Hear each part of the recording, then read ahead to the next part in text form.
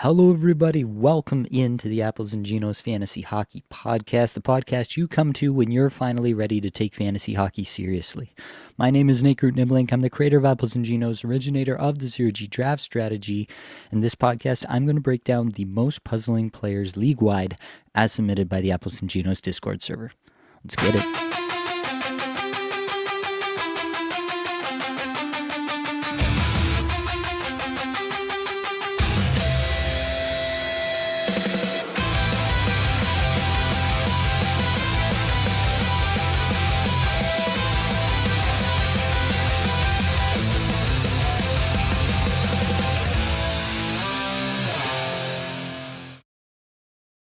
And welcome in, everyone, to another episode of Puzzling Players.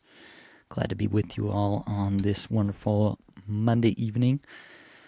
I'm a little bit under the weather myself, dealing with some chills and what feels like the beginning of a fever. But we are going to power on through and get this thing out there for the people. We've got to get it done. We've got to get into some puzzling players. Number one on this list was Cutter Gauthier. Pretty interesting stuff. I didn't see that one coming for sure, but we can dig in on Cutter Gauthier. Gauthier does have 4 points in his last 5 games. The Ducks are currently playing right now, and he does not have a point, at least yet at this time.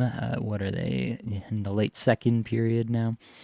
So nothing so far. His ice time has ticked down a little bit in the last 2 games. Before tonight, he didn't have any points, and the shots have decreased a little bit as well. You can see 247th in shots per 60, 271 individual expected goals for per 60, still 59th in on-ice expected goals for per 60 as of the last 5 games. I have some trepidation that Gauthier could, just not be the all-world player that he was earlier on, especially if his ice time is going to come down. That's obviously probably should have been the baseline expectation. He's now on a 41-goal, 87-point pace on the season, still ranks 3rd in shots per 60 on the season, but was averaging closer to 18 minutes before this last little stretch. You see the IPP at 68%, shooting percentage 13.2%, on-ice shooting percentage up at 14.8%. So that still might be running a little hot, but I do think Cutter Gauthier has all the makings of a point-per-game player at the 18-minute-a-night level.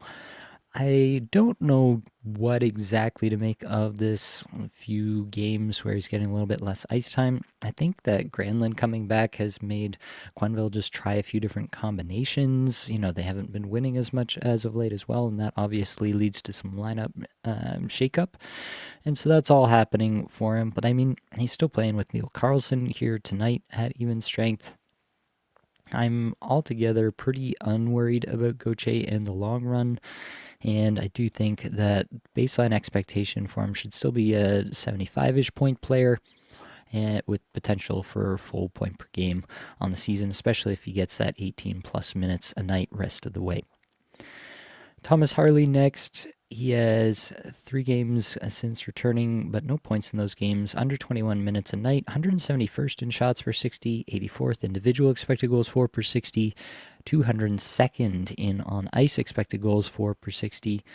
And the Stars are playing right now. Love talking about players while they're currently playing because it always ends fantastically. Overall, I think we can give some grace to Harley for just returning. I think that he's going to be fine without the top power play, which basically you have to assume that Heiskanen is going to have the top power play as long as he's healthy at this point in time. Without top power play, I still think Harley can be a 40 to 45 point guy with some decent shots and decent blocks. But yeah, it's got to actually come together at some point. He's been a bit banged up. He's had to deal with some different things, and that will, just set a player back from time to time. And so it wouldn't be that shocking if he, just didn't have the greatest season because of that. But overall, I'm not going to bake that in to some great extent. It's just something I have in the back of my mind. So Harley, I think 45-ish points should be the baseline expectation, unless we start to see that he's actively playing through something lingering or something along those lines. Austin Matthews, 3 goals, no assists in his last 5 games, 20.5 minutes average time on ice. He is 13th in shots per 60, 19th individual expected goals for per 60, 114th in on ice expected goals for per 60 over the last 5 games. On the season, 21 minutes a night. He's on a 41 goal, 66 point pace, which is just putrid. 10th in shots per 60, 9th individual expected goals for per 60, 102nd in on ice expected goals for per 60. 55% IPP is just super puzzling for Matthews. Shooting under 13% is pretty wild as well. I think that 2 things can be true here.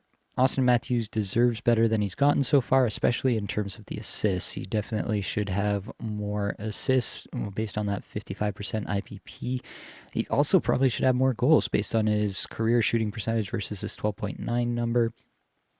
But at the same time, it's also probably a worse environment than even I envisioned at the beginning of the year. It really seems to me like Craig Berube doesn't have a counterpunch to deal with the problem that the Leafs roster currently has and their inability to generate offense. It really does seem to me like Berube's just stuck in the way that got them as far as it did last year, and he doesn't really have any other strategies or ideas on how to combat it other than just lineup shuffling. They've not changed really anything about their game. They are dealing with significant injuries on the back end that are making their ability to get out of their zone a lot more difficult than it has been under Berube so far in the Berube era. I think that he just doesn't know what to do with the current situation of the Leafs roster. He was doing fine when the Leafs roster was in a different state, when it was not as injured as it currently is. But in the state that it's currently in, I just don't think that Berube is going to put these players in the best position to succeed. That being said, even in not the best position to succeed, I do think Matthews can still put up 45 to 50 goals this year and should be in the 80-point range. Like, I really do think that that's where he should pace from here on out, unless we're dealing with something else. There's been a lot of speculation about underlying injury and, that he's, just dealing with something that will basically affect him for the rest of his career, or it slowed him down materially, whatever those, the back issues or the wrist issues. There's been plenty of stuff talked about with Matthews over the last number of years. I think that that's possible, but still his individual underlying numbers are still terrific. And I think that he's a pretty good player still. It's just the environment is never... It's hard to see at this point how the environment gets much better for him. And so it really just does come down to him being more efficient, and can he do that in his current circumstances? All right, I left a space in here because there was a question about the Carolina goaltending situation. Basically, I want no part of the Carolina goaltending situation. The Willie Won't with all of the goaltenders there is really terrifying to me. I know Bussy's got, 4 of the last 6 starts. That's great for him. I would be pretty shocked if he hung on to that. Brind'Amour has really tried to go 50-50 with his starters in the past. Bussy's the only one I would currently roster, but I would be watching these start patterns like a hawk, and if it starts to go to where he's not getting at least every other start, then I would be off him instantly. All right, let's get back to some comments. Canada Dizzle, sup Nate? Blake says, pristine audio from Nathan here. Yes, I think we figured out what the audio issue was. I tried to put up Christmas lights on my desk here, and they're just kind of laying across the back of my desk, but I think they were like, I don't know if it was the internet connection or the like my power to my computer.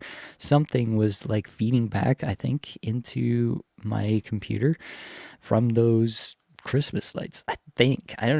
I didn't even know that was possible, but as soon as I turned them off and tried recording again, that seemed to work. And so far, it seems like it's working. I haven't had anybody complaining about the audio quality so far. I did some tests earlier today, and it seems like that did fix it. So, yeah, the more you know, I guess. Hashtag 0G from Dave, good to see ya. Smash a like, appreciate you. Yes, if you could hit the like button while you're watching this live stream, I would appreciate that for sure.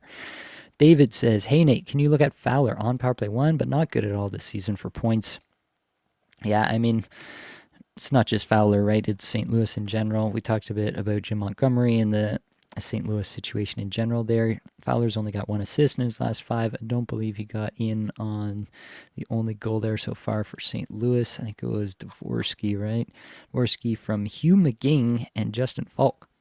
Amazing. Cam Fowler, 21 minutes a night, 147th shots per 60, 78th in on-ice expected goals for per 60.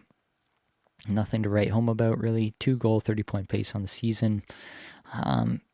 Yeah, maybe it could get a tiny bit better for Fowler, but I don't think it's going to get much better, to be quite honest with you.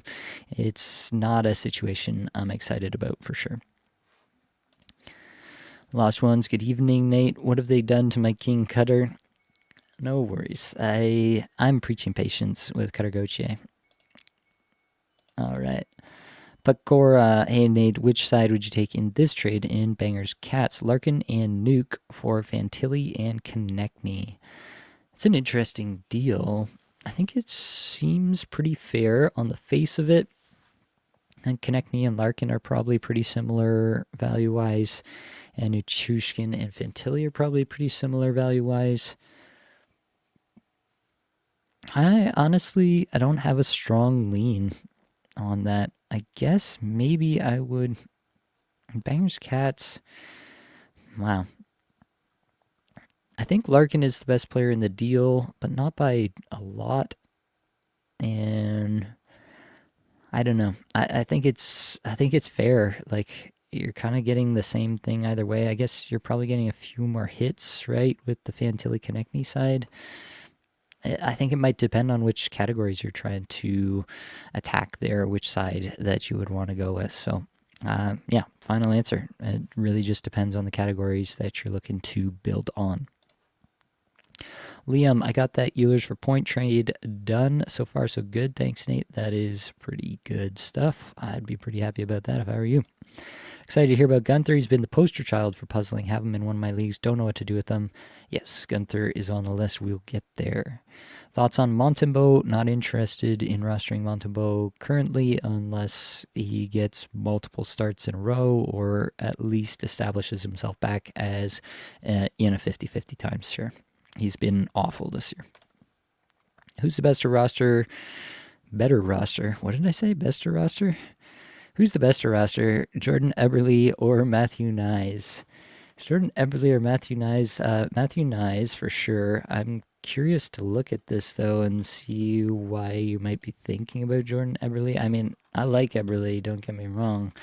And obviously Nyes has had a little bit of a slow stretch here, as have a lot of the Leafs, but I mean, Nyes is still on an 85-point pace and Eberle's on a 52-point pace. Nyes is getting more ice time. His underlying numbers look better. Yeah, it's Matthew Nyes, and it's not particularly close for me. Steve Larini, good to see you. Matthews was going around 6 ADP in drafts. Would you go as low as a Kyle Connor, 14 ADP this season in terms of getting off of Matthews or keeping Matthews?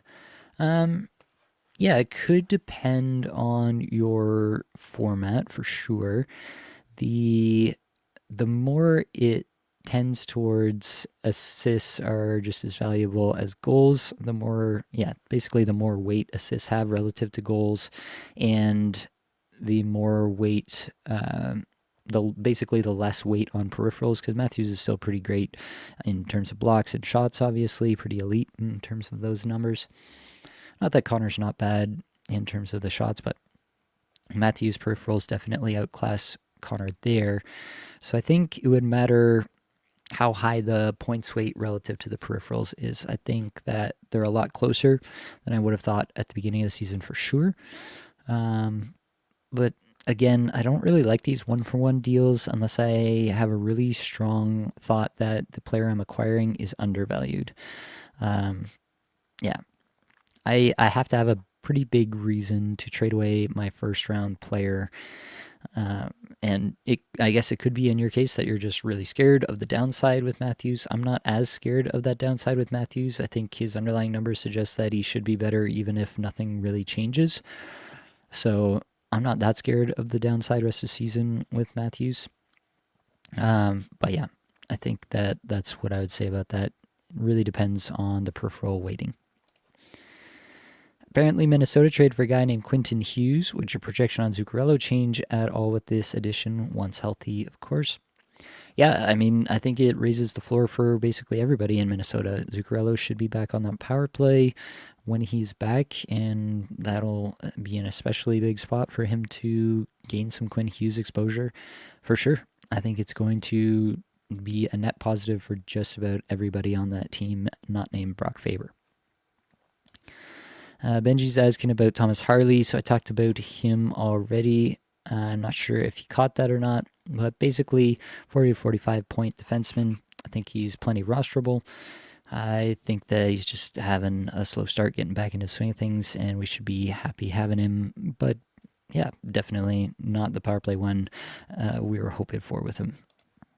Do you mind checking out Jarvis? How would you rank him rest of season versus Heischer, Hagel, and Point? That will depend a fair bit on your league settings for sure.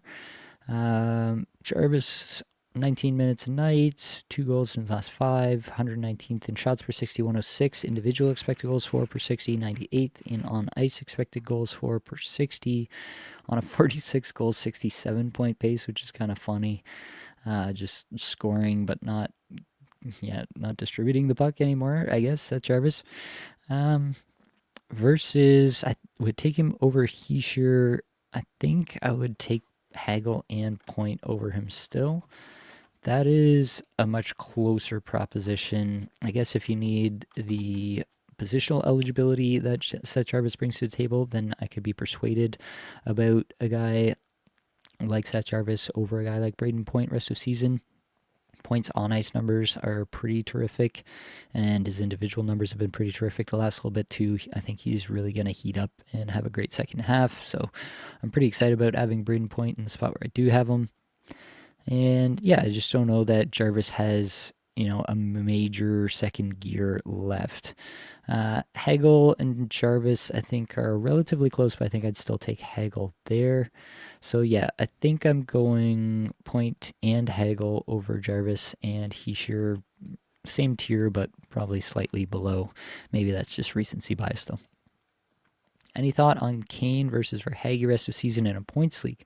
Goals, assists, power play points, plus minus shots on goals and shots on goal and blocks. Wondering about the potential for Verhaeghe to go off when Tkachuk comes back. I think there's also the potential for Verhaeghe to get minimized when Tkachuk comes back. And so I think Verhaeghe has a lot more volatility than Patrick Kane does rest of season.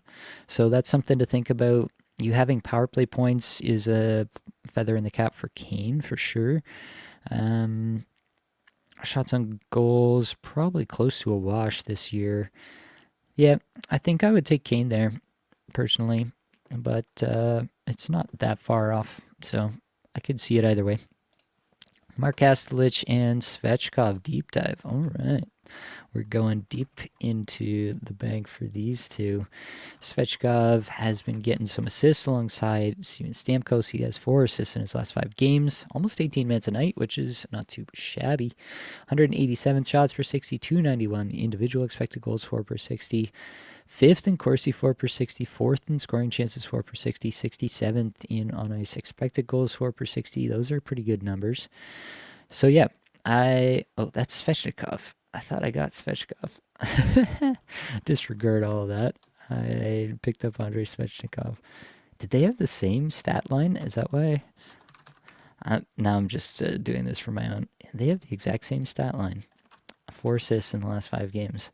I got very confused because I saw exactly what I expected to see from Svechnikov for Svechkov. Okay, Fedor Svechkov, 4 assists, no goals. His last 5 games, 14 and a half, roughly average time on ice, a little bit down there. 158 shots per 60, 119 individual expected goals for per 60, 21st in on ice expected goals for per 60. A lot of that coming due to Steven Stamkos's recent hot streak, who Svechkov has been centering for the last little bit.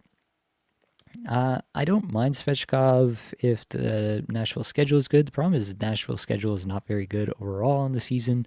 This week they have a Monday, Wednesday to start the week, and that's about as good as it's ever been for the Nashville Predators this year. So if that does it for you, you could have done that. But obviously that game is already in progress here on Monday, so you're not getting that either. So yeah, I like Svechkov fine. I think that without power play 1, he's at best a 40-point player. And yeah, that could be a streamer level player in your league if it's a deeper league for sure. The problem is, again, the schedule. It's just not going to allow you to fit in Svechkov a lot of the time. And I don't think he's a hold in many formats. Kastelich has 2 goals and 4 assists. Just under 15 minutes average time on ice, 117 shots per 60, 82nd in individual expected goals for per 60, 225th in on ice expected goals for per 60. Kastelich is a big time hitter, which is his main appeal for bangers leagues. Honestly, his underlying numbers don't look terribly unsustainable, so the 15 goal, 30 point pace, not out of the question for me. Rest of season for Mark Kastelich, so yeah, not a bad streamer, especially in bangers heavy formats.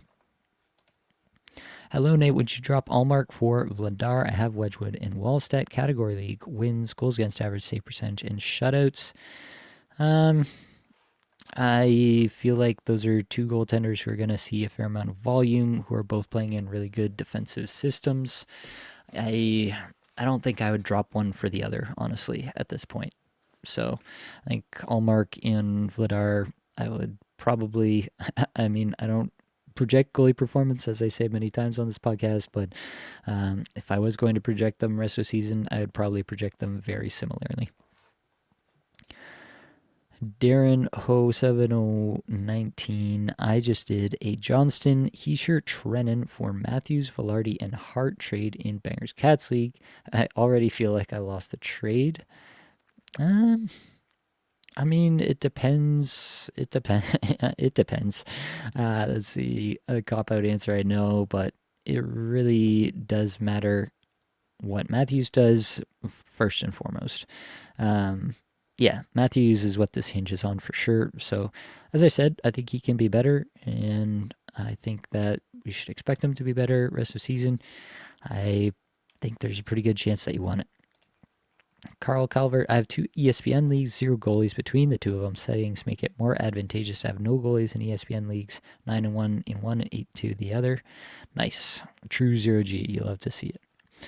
Benji, thoughts on Valerie Nichushkin? We can throw Nichushkin in here. Nichushkin has 2 goals, 1 assist for 3 points in his last 5. Just over 17 minutes average time on ice, 32nd shots per 60, 43rd individual expected goals for per 60, and 113th in on ice expected goals for per 60. Nichushkin is playing on the second line with Landeskog and Nelson, so that's a solid spot to be, but he is power play 2 as well currently. And yeah, that's just going to limit him a little bit, right?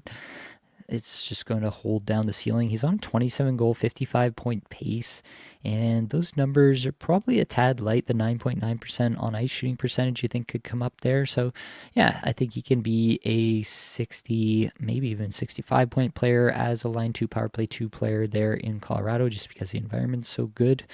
Playing with Nelson and Landeskog is a pretty solid line. So yeah, I don't mind that for Nichushkin.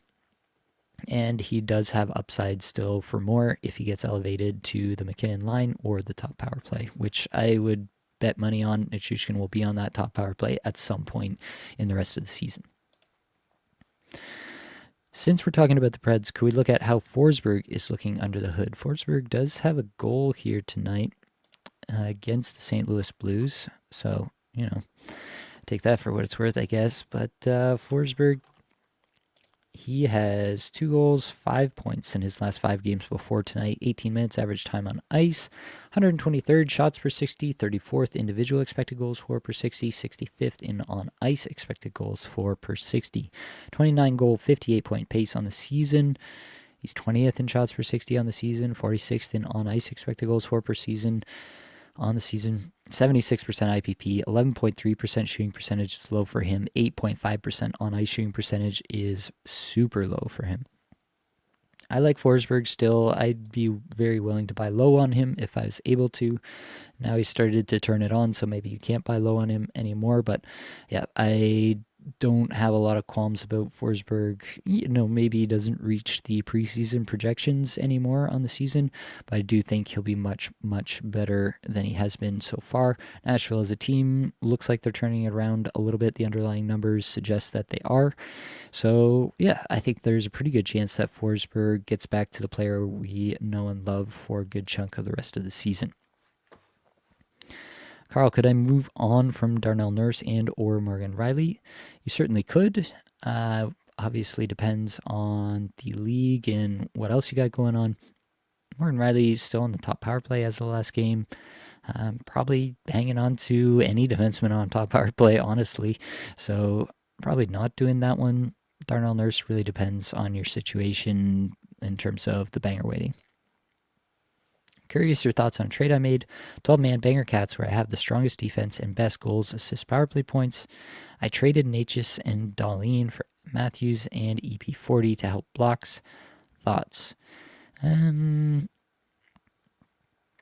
I think he probably gave up. I think Matthews has the highest ceiling here, but feels more and more unlikely that he'll reach it. Yeah, I think I would take the Natchez Dahlin side. I understand what you're going for here. Yeah, I understand what you're going for there. I just don't think I would do that. I'm not trying to get more Vancouver Canucks on my team right now either. Hey Nate, Kemper injured. Would you add a St. Louis or Buffalo goalie as your second goalie, couple type scoring? If I was going to add a St. Louis or Buffalo goalie, it would be Joel Hofer. Binnington has been horrific. Hofer is the only one I'd entertain at the moment. Thoughts on Seth Jones and if he's a sell high right now?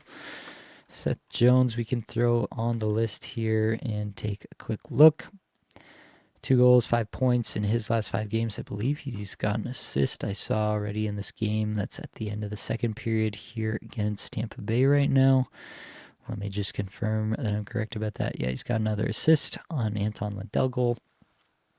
So keeping up that point per game stretch here. 23.5 average time on ice, 55th shots per 60, 66 individual expected goals for per 60, 37th on ice, expected goals for per 60, 13 goal, 48 point pace on the season. And the underlying numbers look really good. The IPP looks normal. The shooting percentage maybe a touch high, but nothing crazy. On-ice shooting percentage, honestly, might be a little bit low and should get better when Tkachuk returns, I would assume. So, yeah, I mean, if you can get a really high return for him because he's hot at the moment, then sure, I'm willing to entertain that. But I think this is a 55 to point defenseman with good peripherals that I'm not in a hurry to get off of, personally. Yahoo Bangers League just traded Gauthier and Sorokin for Panarin. Wanted to get off Gauthier. Have Dostal. Can only start one goalie. Anyway, thoughts rest of season. Wanted to open a stream spot. In a Bangers League, I guess that's not as great, but I like Panarin a lot. I'm never going to be too mad at getting a 100-point player on my squad. Can you see how Byfield and Monahan look under the hood? I talked about Byfield with Blake on the flagship show that came out earlier today, so definitely go back and check that one out. Basically, Byfield looks terrible. Sean Monahan, I can throw in here for a moment. Monahan, 1 assist his last 5, 19 minutes a night still. Underlying numbers are horrific, so there's that. He is still getting power play 1. not doing a whole lot with it at the moment. But he was doing this and then had another random hot stretch. Columbus is casting around with some different line combinations, so it wouldn't be too shocking to see him get even strength exposure to Kirill Marchenko again here shortly. So there's some hope there, but yeah, at the moment, he's definitely nothing more than a streamer. All right, we made it through the comments. We're back to the list. Gabriel Landeskog next up. Gabriel Landeskog, also a player that Blake and I talked about on the flagship show. Basically, I love the underlying numbers for Landeskog, and I'm not interested in moving off of him at the moment. If he gets off the top power play and he gets down to the third line, then yeah, I might consider moving off him. But while he's getting 17.5 minutes a night with these underlings, I'm all about it. Adam Fantilli, no goals, 2 assists in his last 5, almost 20 minutes a night, 104th shots per 60, 140 individual expected goals for per 60, 77th in on ice expected goals for per 60. It's a 28 goal, 54-point pace on the season for Fantilli. His underlying numbers look pretty sustainable, maybe even a little light on the on ice shooting percentage. So yeah, I think that Fantilli should do a little better than this. His underlying numbers are not bad, they're not great, and yeah, as long as he's getting Marchenko exposure and getting power play 1, I'm still pretty in on Fantilli. A little bit of a cold stretch for him here. Dougie Hamilton, 0 points in his last 5. I think goes back actually a fair bit further than that. 22 minutes average time on ice, 48th shots per 60, 55th individual expected goals for per 60, 39th in on ice expected goals for per 60. He has only 8 points in 29 games this year, which is pretty wild. I have to wonder if all of the talk about Quinn Hughes coming there was potentially in Dougie Hamilton's head. Elliot Friedman said on the 32 Thoughts pod that he had heard that New Jersey had had some trades vetoed by their players, which basically just means that they asked some of their players with no trade clauses if they were willing to waive their no trade clause to be traded, and those players said no. So Dougie Hamilton does have a no trade clause. It would make a lot of sense that he was potentially being shopped, in my opinion. So yeah, I wonder if maybe the outside noise or maybe even the internal noise is getting to Dougie Hamilton a little bit here. That being said, his underlines are still good. I do expect him to bounce back. I've seen him dropped in one spot, and everybody rushed to the waiver wire and placed some pretty big bids to get him on their squad. Yeah, I still think Dougie Hamilton is fine. I think it gets better. New Jersey's hurting right now just with all the Meyer is away from the team. Hughes injured, obviously. They just don't have depth, and so that's hurting the offense there for sure. And yeah, Dougie Hamilton's not getting power play 1 and hasn't been for most of the season either, so he's more of a 40-ish point guy in this scenario. And yeah, unfortunately, that's where he's living currently. I would be pretty interested to see where he could go if he were to get dealt, because I do think that the only reason somebody's acquiring Dougie Hamilton and his $9 million salary is that they believe he can be their power play 1 quarterback and do all those offensive things for them that he's most well known for. So I would be actually pretty excited if he were to get traded. Kevin Fiala, 1 goal, 4 points in his last 5. I don't believe he got anything. No, end of the first 0-0 between LA and Dallas as I speak here. Fiala, just over 18 minutes a night, 75th shots per 60, 57th in individual expected goals for per 60, and 104 in on ice expected goals for per 60. 29 goal, 58-point pace on the season. I think he deserves better than this. 9.1% on ice shooting percentage is just horrendous. But also, it's the Kings, similar to the way I feel about Matthews and the Berube system. I feel the same about Hiller and the LA system. I just think there's not a lot of upside there. And Fiala should be better. I think he can score at a 70-point pace rest of the season, but I'm not expecting much more. Vincent Trocheck, friend of the show, Vinny Tro, 0 goals, 3 assists in his last 5. Don't think he got in on this goal here for the Rangers, the only one so far. No, it's Panarin and Lafreniere with the assists. Shout out the head-to-head streamer deathmatch. Lafreniere, my pick for this week.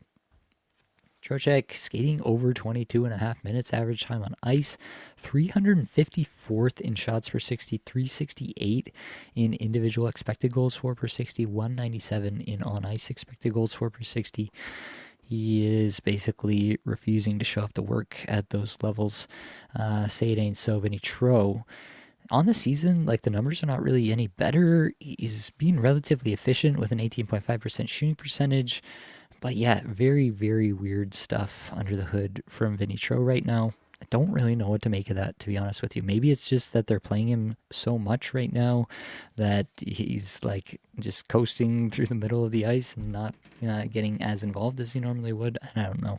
I haven't watched enough games to make that proclamation, but yeah, definitely weird stuff under the hood. That being said, he's still playing with Panarin, still on the top power play. As long as that's happening, I'm going to hang on to Vinny Tro. I just don't know. I'm concerned about the underlying numbers. There's no two ways about it. So Svechnikov, not Svechkov, who we talked about earlier, but Svechnikov, also 4 assists and no goals in the last 5 games. 17 minutes, 45 seconds average time on ice. 187th shots per 60. 291st in individual expected goals for per 60. 67th in on ice expected goals for per 60. I want to be more in on Svechnikov than I currently am. He is on the top line as of the last game and top power play. So that's working. It's just the time on ice is never going to be great with him. The underlying numbers, like the 7.9% shooting percentage, 8.7% on ice shooting percentage, that should increase in a big way. So as long as he's getting line 1 power play 1, I'm hanging on. But if it changes, then I definitely have to reconsider. Dylan Guenther, 5 goals in his last 5 games, 17 minutes average time on ice, 76th in shots per 60, 144 in individual expected goals for per 60, and 56th in on ice expected goals for per 60. It's fair to wonder if Guenther can keep this up while playing at even strength with Barrett Hayton, who's recently been scratched, and Lawson Krause, who is nobody's idea of an offensive wonderkind.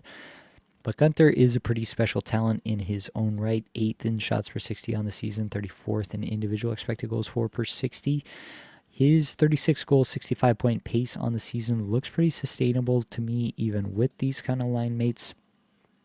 So I'm not actually that worried about Guenther. It just seems like, we're hoping for the nuclear season where he's going off for 40, 45 goals and close to a point per game.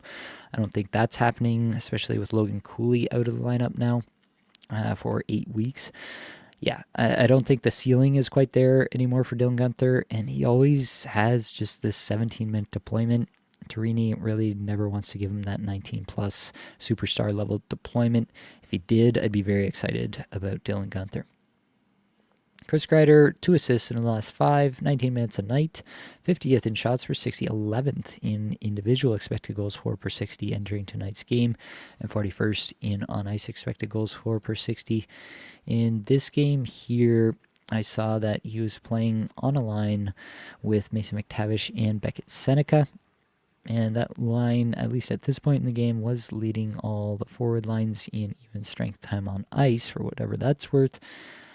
Kreider's underlying numbers look really good here. I do think he deserves a good chunk of the 38-goal, 62-point pace that he's currently on. The 19.7% shooting percentage is probably coming down, but he is one of those net front guys who gets a lot of high-danger looks, and so you wouldn't be too surprised if he has a pretty high conversion rate. Overall, I really like Chris Kreider. I think he should be on a roster in just about every league. Josh Norris has 4 assists in the last 3 games, 60.5 minutes average time on ice, 334th in shots per 60 though, 299 individual expected goals for per 60, but 20th in on ice expected goals for per 60. Apparently he's just a distributor now, and that's all he does. I don't know what exactly to make of that. Buffalo fired their general manager, Kevin Adams, today, replaced him with their senior advisor, Jarmo Kekalainen, who was recently seen as the GM of the Columbus Blue Jackets. I want Josh Norris to play with Tage Thompson on the top line. Alex Tuck, who he was playing with in the last game, is obviously no slouch either. But yeah, it's not the best situation for Josh Norris at even strength. He has been there a lot in the past, is still on top power play. I'm pretty in on Josh Norris. I think he can be a pretty consistent 65-point player in this current setup. This is a weird one. Sebastian Aho has 0 points in his last 5 games. Over 20 minutes a night still, so that's not the issue. 237 in shots per 60, 192 individual expected goals for per 60, 117 in on ice expected goals for per 60. Very, very weird stuff. It's a 23 goal, 67 point pace for Aho now. And this is just unheard of stuff for him. 59% IPP, 11.7% shooting percentage, 10.6% on ice shooting percentage. All those should be higher for a man of his talents. It is just pretty hard to figure out what's going on there. I mean, an injury could be a reason why this is trending so badly for him as of late. I haven't seen any of that speculation online anywhere, so I am not really espousing that as a probable reason for this. More likely, it's just a bit of a cold streak, and they get their feet under them again, and he starts cooking again. But yeah, it's a data point, right? It's something you have to take into account. Things are not going well for Sebastian Aho under the hood or on the score sheet currently, and I think he's been so consistent over the last number of years that he's earned your respect in terms of not freaking out when he has a cold stretch like this. But at the same time, I'm also watching a little bit more carefully now, especially on the underlying stuff. Dylan Strome has just a goal and an assist in his last 5 games, almost 18.5 minutes average time on ice, 273 shots per 60, 72nd in individual expected goals for per 60, though, and 25th in on ice expected goals for per 60. Still playing at even strength alongside Anthony Beauvillier and Alex Ovechkin, and obviously on the top power play there in Washington as well. He's on a 16 goal, 63 point pace on the season. I think the IPP comes up in a pretty big way. He's at 52% right now. That's definitely going to improve for him. So, yeah. I think that Strome should get back more towards a 70-point player rest of the season. And I'd be pretty comfortable acquiring him now if somebody's worried about him. I don't see any reason under the hood or anything to think differently about Dylan Strome than I did at the beginning of the year. Clayton Keller, also just a goal and an assist in his last 5. 21 minutes average time on ice, 245th shots per 60, 298 individual expected goals for per 60, 118 in on ice expected goals for per 60 for Clayton Keller. Just a 24 goal, 68 point pace on the season now. I think that Clayton Keller has to be better than this. It doesn't really make sense how bad he's been as of late in my mind. The on-ice numbers on the season are still quite good. 26th in on-ice expected goals for per 60 on the season, and 19th in individual expected goals for on the season. Like, on the season, his numbers look really, really good. It's just this last stretch that is the more concerning affair. You can say that's maybe just due to the fact that, they do have injuries that they're dealing with, and he's trying to do too much or something like that. The power play is not where they want it to be. A number of reasons, I guess. Again, Clayton Keller's been so consistent over the last couple of years that I'm going to have to see a pretty extended stretch where things are going quite poorly for him to really get worried. This is, again, though, a data point where I'm saying, this is not what I expected. This is not the production or the underlyings that I expect from Clayton Keller at this time. Another blank spot here, that was for Stuart Skinner, who was requested by the Apples and Ginos Discord server. I mean, you can grab Stuart Skinner. He just becomes exactly like any number of other goaltenders on bad teams for me. So I think that if you have a deep league and somebody's very worried about Skinner and they dropped him now that he's not on Edmonton, yeah, you can grab him. You just have to be aware of the fact that he's on Pittsburgh now, not on Edmonton. He's not going to win as many games there. He's a fine streamer / low end goalie 2, maybe high end goalie 3 option for 12-team leagues. And the last one here is Tyler Bertuzzi, and then we'll close it out with the comments. Tyler Bertuzzi has 2 goals in his last 5, over 18 minutes a night, 199th shots per 60, 242 individual expected goals for per 60, 309 in on ice expected goals for per 60. Connor Bedard is going to be out a while, and so this 45 goal, 74 point pace for Tyler Bertuzzi feels very likely to come down in a big way, not only because of the 25% shooting percentage and the 14.3% on ice shooting percentage. I thought about dropping Tyler Bertuzzi already in the one spot where I have him. It's going to be tough for him, quite honestly, without Connor Bedard there. I think he was benefiting tremendously from how good Bedard has been this year, and it's going to be pretty tough for him to replicate any level of that success without Bedard there. I think that it's hard to make a proclamation on Bertuzzi after such a big change and such a singular change, but I think I would put him right back in that 50-point range as of right now as a projection, an 82 game, 50-point pace for Bertuzzi as long as Bedard is out would be my projection there. All right. We get back into the comments and we'll close it out there. Thoughts on Heineman? Emil Heineman we can throw in here. Heineman has been a bit hilarious for me. He's got no points in the last 5, but 18 minutes a night. The shots have gone away, 348th in shots per 60, so he's not doing that anymore. The underlyings look pretty bad. They don't have... They're losing players to injury left, right, and center. He's on a 25-goal, 40-point pace. I do think he ran a bit hot with the shooting percentage probably to get there. If he's not shooting the puck anymore, which he's not as of late, I don't think he's rosterable. So I would drop Heineman at the moment. But yeah, especially with the hits that he provides, he's definitely an option for a stream. Nate, Cats League, where goalies are valuable, extremely wire. Not sure what that means. I'm guessing you're trying to go for extremely thin on the wire. Currently rostering 6. Quick, Hofer, Cord, Melka, Fowler, Wedgwood. 4 start minimum. Want to get off this goalie train. What do you recommend? From this list, I think you have to hang on to a couple of the volume guys there in Decord and Vamelka just to hang on to some version of that volume. Fowler I don't really think is going to take over the net in Montreal. Maybe hold on to him for one more start, see how that one goes, and just go start by start with him from now on. Quick for this week is nice because you expect him to get the second half of these 2 back-to-backs that the Rangers have during this week. So I don't mind that for this week. Hofer, I actually think, could take over the St. Louis net. I think Jim Montgomery's seat is getting hot, and as much organizational inertia there might be around starting Jordan Binnington as much as possible, if Joel Hofer is the only guy getting you W's, then you're going to keep starting him, I think, at some point. Puckstead asked for thoughts on Bertuzzi, so obviously we did that one. Could I trade drop Clayton Keller or Dylan Guenther? I would not do that personally, especially not this week with Utah's schedule. Dougie just dropped in my league. Would you drop Fab to add? Absolutely, I would.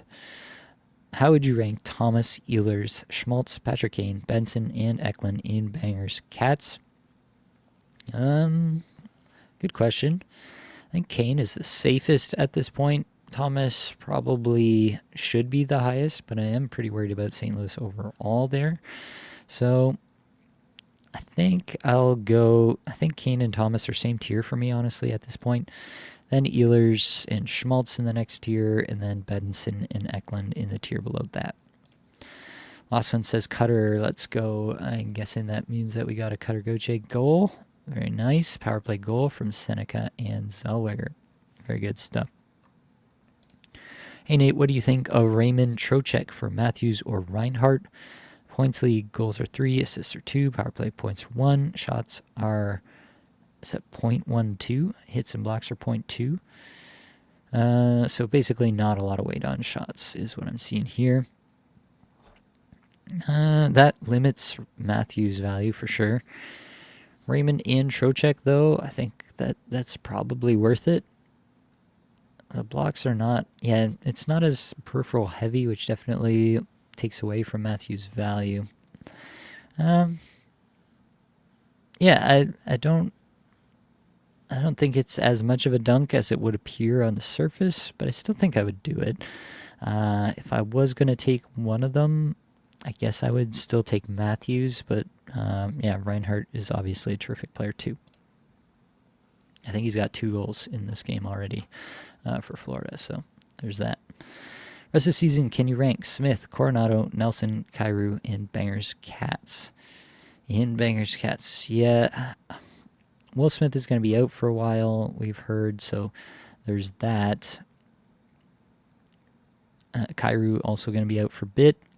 Coronado, Nelson, I honestly feel like they're not all that dissimilar. When assuming health for each of them, I think Smith and Kyrou are going to get you the most points. Coronado is going to provide you the most shots. Nelson's going to be the safest. So yeah, it's tough to rank them exactly.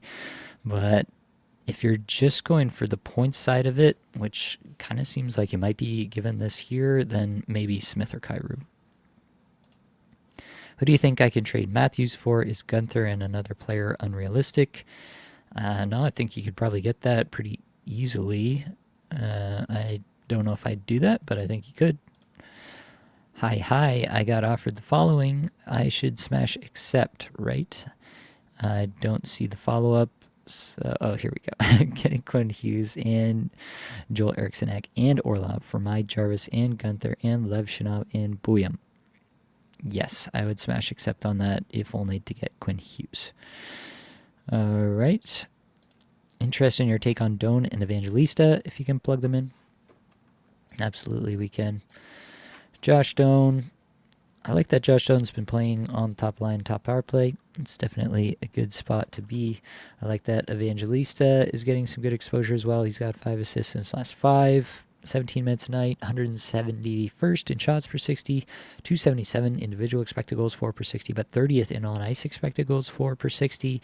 Evangelista's on a 63-point pace on the season now and seems to just be climbing in his coach's estimation. Only on an 11-goal pace, but that's also with a 6.1% shooting percentage. That should be almost double that, so he should be more like a 22-goal pace. Probably still this 60 to 65-point pace makes a lot of sense, though. Maybe more if the average time on ice continues to climb, though. So, yeah, I love Luke Evangelista. I think he definitely deserves all the flowers he's getting currently. Josh Doan, 2 goals, 4 points in his last 5, 60.5 minutes average time on ice, 201 in shots per 60, 98 in individual expected goals for per 60, 58 in on-ice expected goals for per 60, 26-goal, 59-point pace for him on the season. He ranks 7th in the league in individual expected goals for per 60 on the season and 18th in on-ice expected goals for per 60 on the season. Really like Josh Doan as well. Don't think he's quite a hold in most 12-team leagues. I don't think he's quite reached that level yet, mostly just because of the deployment. Like, I really like the player. It's just the actual raw minutes. Like, line 1, power play 1, but the raw minutes are not quite there. So that's the only thing that's missing for me for Josh Doan to become like a 65-point guy, a potentially 30-goal guy, and to really turn into something special. Who's your favorite 0G volume streamers right now? Basically anybody who's available in my league who's going to get me 2 games played this week is how I mostly do this. So I literally just go to the wire, I compare what's out there to my the goalies that I have. I like Jet Greaves, I like Dan Vladar, I like John Gibson right now. Those are pretty far and away the top 3. Joel Hofer is another guy that I've been into. He's given up 3 to Nashville tonight, so maybe he's not going to get as much deployment, as many starts as I want him to relative to Binnington rest of the way, but definitely a guy that I am into in deeper leagues for sure. All right, where were we at? Do you like what Josh Doan is doing lately? We just talked about that, so that's good timing. Just wondering what Brady's underlings look like, if they're mostly in line with what he's looked like in the past. Is he exactly the player we expected at the beginning of the year? It's a fair question, so we can throw him in here. Let's get rid of Emil Heineman and those terrible underlying numbers. Look at Brady Tkachuk, 0 goals, 4 assists in his last 5, over 19.5 minutes average time on ice. 14th in shots per 60, 53rd individual expected goals for per 60, 54th on ice expected goals for per 60. So basically, yeah, it's not like truly elite, but yeah, it's pretty close. So I'm not worried about Brady at all. Is Kopitar worth grabbing with Byfield out? I like the line 1, power play 1. Doubt it will hold. You could stream him if Los Angeles has a good schedule, you could stream them. But basically, it's assist or bust with Kopitar. And keep forever, who you got from Jack Hughes, Matty T, J-Rob, ZW, Natchez, Jarvis, Leo, Cutter. Cats include hits, plus minus blocks, so tough. Yeah, not sure how many keepers you got there, so not sure who we can keep. But yeah, all those guys I'm trying to keep for sure, especially the first 5. And probably Leo and probably Cutter as well. Jarvis is the last one on that list for me at the moment. Quick look at Schmaltz if possible. He had a crazy 9-shot game the other night. Wondering how he's doing now that he's centering line 1. Nick Schmaltz has 5 points in his last 5. Not affected by Clayton Keller's recent cold streak. Almost 21 minutes a night, 60th shots for 60, 30th individual expected goals for per 61, 33 in on-ice expected goals for per 60, 29 goals, 72-point pace on the season for Nick Schmaltz. Yeah, I think he is pretty close to this guy. I don't see a lot with this kind of deployment. I really don't see a reason why he can't hit 70 points this year. Dunstrom, Vincent Trocheck, or Bennett rest of season. Goals for 3, assists for 2, plus minus 0.5, shots on goal 0.25, blocks 0.5. It's a pretty interesting question with these settings. No hits, which takes Bennett out of the running for me. I think I'd go Dylan. How's your public banger cats league going? If I remember correctly, it was 7 ads a week. Yeah. It is 7 ads a week. It is a lot of work, but it is pretty fun. I have to say. I can put it on the screen here. Here's the league. I'm in second place currently. Won 10-4-1 last week. Yeah, things are going pretty good, I'd say. I am really... with the 7 ads, I can really tailor my categories week by week, and I don't have to roster anybody I don't want to week. So I am really just analyzing my opponents and taking advantage of where they're not strong and beating them in those categories most weeks. And yeah, I hope to be there at the end of this thing. Hopefully I get the bye here. Yeah, there's kind of 3 of us at the top here currently that are all doing pretty well. So we'll see how it pans out over the next little bit. But yeah, $100 buy-in Bangers Cats League going pretty well so far. Put that away. Hofer Forsberg with Kumper injuries. I think you go Forsberg there. He's going to get probably every start if Kumper's injured for a while. Someone in my league wants my Forsberg and plus Riley. I'm assuming Morgan Riley. I offered them for his Jarvis and McAvoy, countered with Sherwood and McAvoy. Would you add a waiver level player, Patrick Kane, for the Jarvis deal? You're trading away Philip Forsberg here in Morgan Riley? I don't know that I would do that. To be honest, Forsberg is still the best player in this deal for me. He's got 2 goals again tonight. Yeah, I don't think I would do it. What's up with Toffoli? Either 4 points or 0? Yeah. I feel like there's not much to say there. It really depends if he's going to get Celebrini exposure. He's going to get power play 1 with Smith out, so I guess that's maybe a plus, but you want him to have power play 1 and be playing with Celebrini and Smith, ideally, and that hasn't happened as much this year. I really do think a lot of it is just, is he playing with their top guys? If not, then it's not going to go all that well. All right. thanks for answering all these questions, Nate. Happy holidays. Happy holidays to you and yours as well, Pecora. Appreciate everybody coming through. Appreciate every one of you who left a comment, interacted with the stream. Appreciate everyone. Go win another week of fantasy hockey. And let's do this thing. That is going to be all that I've got for this episode, though. Hopefully it brought you some value. It helped you get a little bit better at fantasy hockey today. All the advanced stats you heard or saw today came from Natural Stat Trick and 18 Skaters. Many thanks to Matt Creamer for supplying the music for this podcast. That's it, folks. Much love.